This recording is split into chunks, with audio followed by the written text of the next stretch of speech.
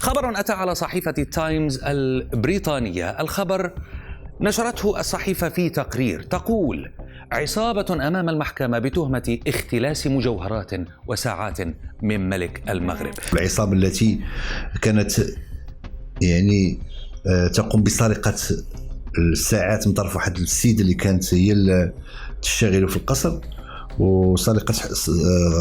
سرقت حوالي 36 ساعة وقامت ببيعها لواحد مجموعة من الناس. كيقول واحد المثل مغربي: الطمع ضر منفع، بمعنى ان الانسان اذا طمع، خصوصا انه ياخذ شي حاجه اللي ماشي ديالو، فراه غادي يضر نفسه اكثر ما غادي ينفعها. وكاين بزاف ديال الامثله الحيه اللي كتبرهن لينا هذا الكلام هذا. وشحال من واحد كان بخير وعلى خير وبسبب الطمع خرج على حياته وعلى مستقبله. واليوم اصدقائي غادي نشارك معكم قصة أكبر طماعة ونصابة في المغرب، السيدة اللي عماها الطمع وغراها الشيطان وقررت أنها تسرق ماشي كوميسير وماشي وزير وماشي رئيس الحكومة، وإنما تسرق الملك ديال البلاد. ايه كيف ما كتسمعوا. وغادي تحول من عاملة مخلصة في القصر لوحدة من أكبر شفارة في التاريخ ديال القصور الملكية في المغرب، اللي وبسبب الطمع وقلة الإيمان ديالها سرقت ما يقارب 36 مكانة ملكية باهظة الثمن من الخزانة ديال الملك محمد السادس. وهذا الشيء بالرغم من أنها كانت خدمة مزيانة وكتخلص مزيان. فشنو هي القصة ديال هاد السيدة هذه، وكيفاش حتى سرقت الساعات ديال الملك بلا ما يسق ليها حتى شي واحد الخبار، وشنو دارت بهاد الساعات الباهظة الثمن، وكيفاش حتى بعتهم، وشحال ربحت منهم ديال الفلوس. والأهم من هاد الشيء هذا كامل، كيفاش حتى تفضح أمرها، وشنو كان العقاب ديالها هي والناس المتورطين معها في هذه العمليه هذه. اليوم اصدقائي وكيف العاده غادي نتعمقوا في هذا الموضوع هذا مزيان وغادي نجاوبوا على جميع هذه الاسئله هذه وكثر. فقط اللي عليكم انكم تشدوا شركنا اللي فيها سكات والكالب وتتبعوا معايا الحلقه حتى الاخر. ايضا اذا عجبكم المحتوى اللي كنقدم فما تنساوش انكم ديروا لايك وتبارطاجيو الفيديو مع الاصدقاء ديالكم. واذا كانت هذه هي اول مره كتشوفوني فيها فمرحبا بكم عندنا. ما عليكم غير تشتركوا في القناه وتفعلوا معكم داك الجرس باش يوصل لكم كل جديد، ونتوكلوا على بركة الله.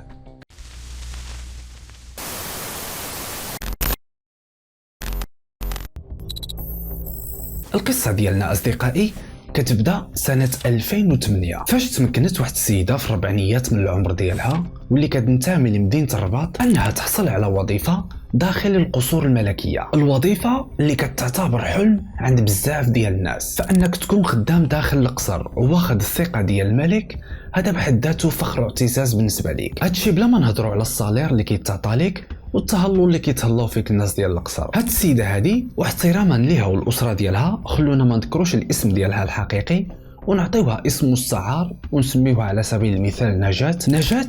فاش تقبلت في هاد الخدمة هادي كانت فرحانة بزاف وقالت الحمد لله أخيرا دبرت واحد الخدمة مزيانة ومحترمة وبصالير محترم اللي نقدر نعاون به راسي. وبالفعل بدات الخدمة ديالها داخل القصر وكل شيء غادي مزيان، بل مع الوقت غادي ترقى في خدمتها وتولي هي الخادمة الشخصية ديال الملك. بمعنى نجاة غادي تولي هي الخادمة المكلفة بترتيب وتنظيف الغرفة ديال الملك، وجميع الأغراض والأكسسوارات الغالية والباهظة الثمن ديال الملك كانت كتقوم بترتيبها وتنظيفها بنفسها. الساعات، البراسليات، الخواتم، كل شيء. وحنا فاش كنهضروا على الساعات والأكسسوارات ديال الملك فاحنا كنهضروا على مئات الآلاف ديال الدولارات اللي كانت نجاة كتهزهم وتحطهم وترتبهم كل صباح، لكنها كانت مخلصة في العمل ديالها ومقدرة الثقة اللي تعطاتها. والسنوات ديالها الأولى في القصر ما عمرها زقزاكات عيدة ولا هيدا، لكن هادشي كان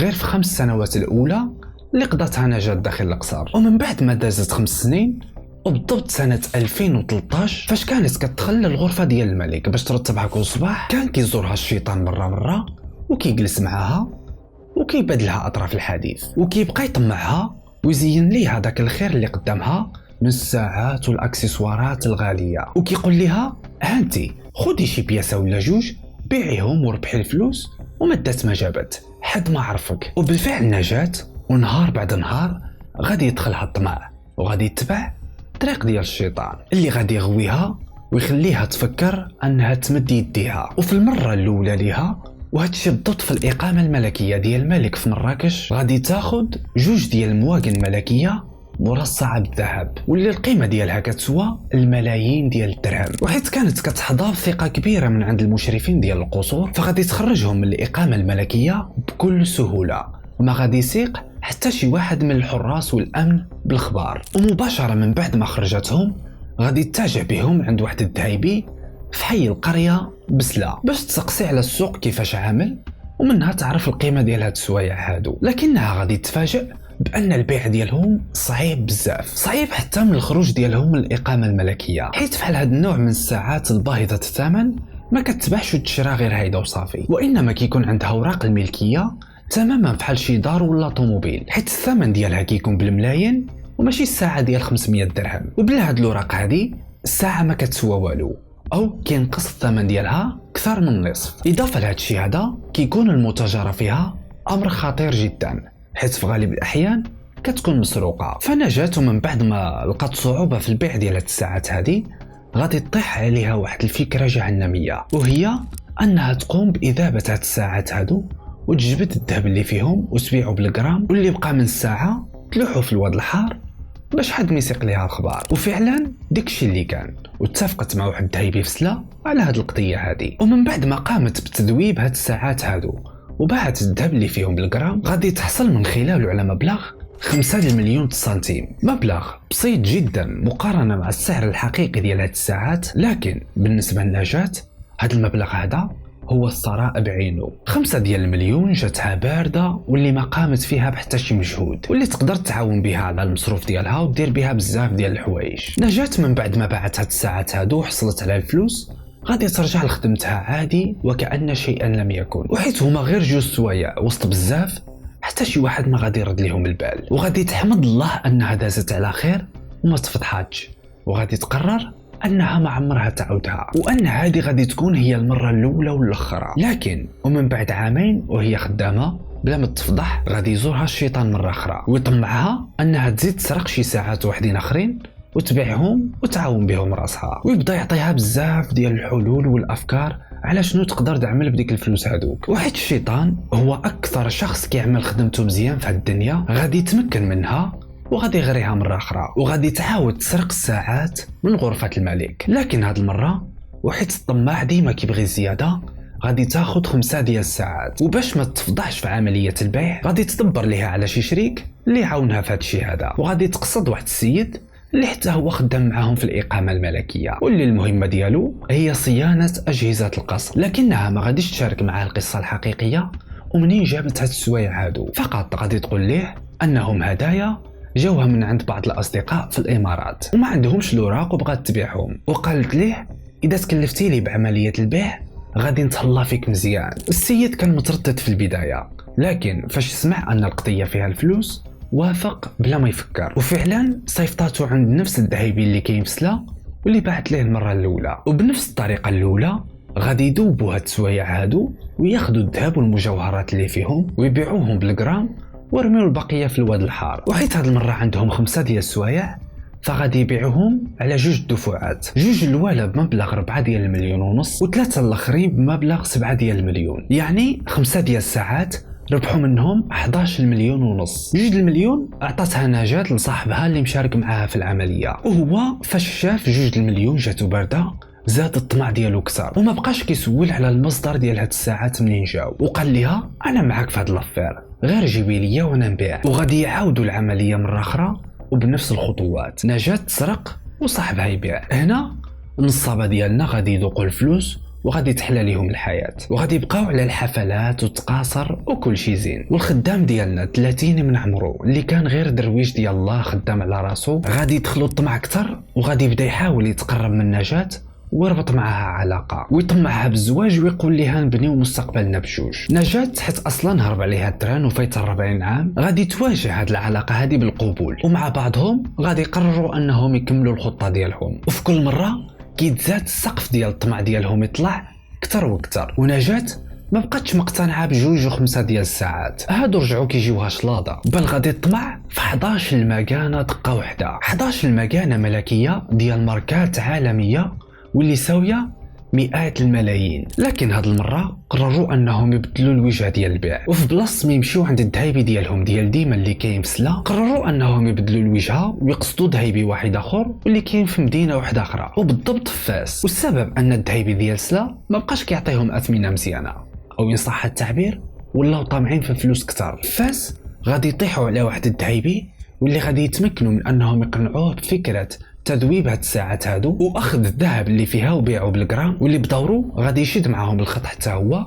ويبداو يشريو ويبيعوا مع بعضهم. وديك 11 ساعه غادي يبيعوها على شكل 4 ديال الدفعات، بحيث كانوا كل شهر ولا شهرين كيتجهوا لفاس باش يبيعوا شي 2 ولا 3 من دوك المواقن. و11 المكانه تمكنوا من انهم يربحوا منها 27 مليون. ومره اخرى غادي تغبر نجاة واحد العام وتوقف على سرقة الساعات. وفي نفس الوقت تفقد الأمر وتشوف واش تم اكتشاف فقدان هاد الساعات هادو ولا لا. وفاش كتأكد أن كل شيء مزيان وحتى شي واحد ما ساق الأخبار، كتبدا تخطط كيفاش تخرج ساعات واحدة أخرى. وهاد المرة أيضا غادي تخرج 11 المكانة. لكن وحيت الطريق بعيدة ما بين مراكش فين كاينين هما وما بين فاس فين كيبيعوا الساعات، غادي يقرروا أنهم يبحثوا على شي ذهبي واحد آخر اللي يكون قريب منهم، وغادي يتجهوا هاد المرة للدار البيضاء. وكيف العادة غادي يفتشوا على شي ذهبي اللي حتى هو فحالهم طماع وباغي غير يربح بلا ما يعرف المصدر ديال هاد الساعات هادو منين جاو. وغادي يبداو يذوبوا هاد المواقن هادو ويبيعوا الذهب اللي فيها، واللي اغلبيتها كانت ساعات فخمه ديال الرولكس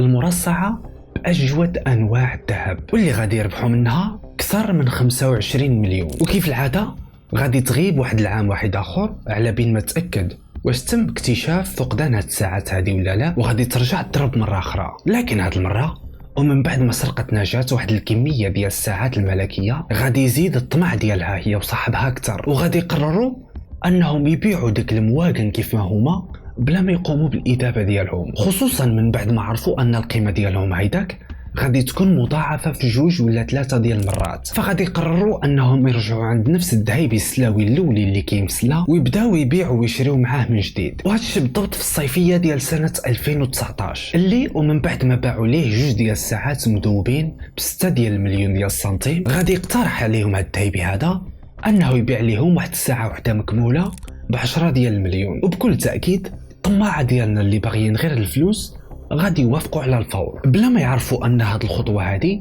هي اللي غادي تكون سبب فتح امرهم والقاء القبض عليهم. ومن عام 2013 العام اللي بدات فيه النصابه ديالنا واللي عطيناها الاسم ديال نجاة كتسرق المواقن حتى لسنه 2019 غادي تمكن هي والصديق ديالها من انها تربح ازيد من 91 مليون سنتيم من خلال سرقتهم للساعات الملكيه وبيعها في السوق السوداء. مبلغ كبير بزاف لكن في نفس الوقت قليل ولا يساوي شيئا امام الحريه ديالهم والخيانه ديالهم للامانه والثقه ديال الملك. وعمليه وراء عمليه وساعه وراء ساعه اللي بداو كيبيعوهم هيداك بلا ما يقوموا بالادابه ديالهم، نجاة وصاحبها ولاو كيلعبوا بفلوس كبيره بزاف. وحتى داك الصالير ديالهم اللي كان كيبان لهم حلم في البدايه واللي كانوا كيحلموا به لسنوات وسنوات ما بقى كيساوي لهم والو قدام داك الفلوس اللي كانوا كيربحوها في داك الوقت، بل وكانوا كيخسروه غير في ليله وحده وفي سهره من السهرات اللي كانوا كينظموها هنا. وباش ما يخسروش هاد الفلوس كامله اللي ربحوها قرروا انهم يتجهوا للعقار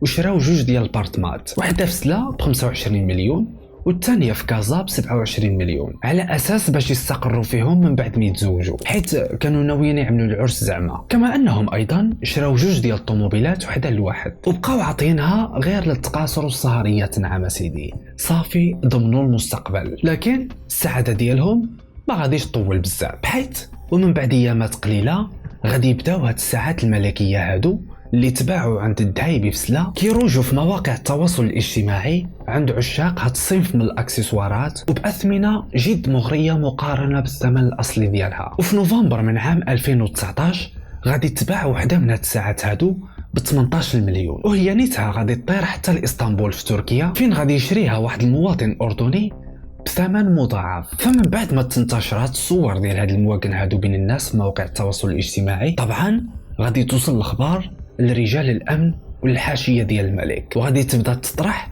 بزاف ديال التساؤلات فحال منين جاو هاد الساعات هادو وشنو هو المصدر ديالهم. وغادي يكتشفوا ان هاد الساعات هادي هي ساعات ملكيه كتعود للملك محمد السادس. هنا الملك محمد السادس وعلى غرار باقي الاجداد والاسلاف ديالو اللي كانوا كيحلوا مثل هاد القضايا هذه بشكل سري وكيكلفوا شي واحد من القصر بانه يتابع هاد القضيه ويعاقب المتهمين بلا ما يساق حتى شي واحد الخبر. قرر الملك انه يتجه للقضاء ويتم البحث في هاد القضيه هذه ومعاقبه المجرمين، وهذه كتعتبر خطوة مغايرة وجديدة وحسنة من عند الملك واللي كتبين على مدى الثقة ديالو في القضاء المغربي. وبالفعل غادي تفتتح تحقيق في أمر هاد الساعات هذه، ومن بعد مدة ديال البحث والتحري والتعقب غادي تفتضح القضية كاملة، وغادي يبداو الأطراف المشاركة في هاد العملية هذه كيفتحوا بعضياتهم واحد بواحد، من السيدة اللي كانت هي رأس الحربة وهي اللي كتسرق هاد الساعات هادو من داخل الإقامة الملكية، حتى لهداك اللي شرى هاد الساعات هادي أو غير سول على الثمن ديالها. وتم التأكد بأنه 36 ساعة ملكية اللي تسرقت من الإقامة ديال الملك، وغادي ترتفع العدد ديال المتورطين في هاد العملية هادي ل 25 شخص اللي غادي يتم اتهامهم بتكوين عصابة إجرامية وسرقة وبيع أغراض الملك، وغادي تراوح الأحكام ديالهم ما بين 4 سنين و15 سنة ديال الحبس. نجاة من بعد ما تم القبض عليها وتعرضت على المحكمة غادي تعترف بكل شيء من طقطق حتى السلام عليكم، وغادي تعاود قصة السرقة ديالها والبيع ديالها لهاد الساعات هادو بالتفصيل، ومن بعد غادي تصدر الحكم في حقها وغادي تتحاكم ب15 سنة ديال الحبس هي والصديق ديالها واللي كيدوزوها حاليا في سجن تيفلت. من بعد ما صدر الحكم في حق المتهمين والمتورطين في هذه العملية هذه خرجوا بزاف ديال الزوجات والأمهات ديال الذهيبية المتورطين في هذه العملية كيبكيو ويشكيو ويقولوا أن أولادهم والأزواج ديالهم بريئين وما كانوش عارفين أن دوك الساعات مسروقين وكيطالبوا بالإفراج عليهم. لكن الحقيقة هاد الذهيبية هادو غراهم طمع وشافوا الملايين في دوك المواقن. واحد غادي يجي عندك يبيع لك ساعة سوية 100 مليون ب6 ديال المليون، راه باينه طبعا ساعة مسروقة. انت اللي كتفرج فيا دابا شنو الرأي ديالك؟ واش في نظرك هاد الذهيبية هادو بالفعل مظلومين ولا يستاهلوا الأحكام اللي تصدرت في حقهم؟ اكتبوا لي جميع الآراء والتعليق ديالكم لتحت في مكان التعليق. ايضا ما تنساوش انكم ديروا لايك وتبارطاجيو الفيديو مع الاصدقاء ديالكم، وحتى لهنا كنقول لكم تهلاو في راسكم اصدقائي والسلام عليكم.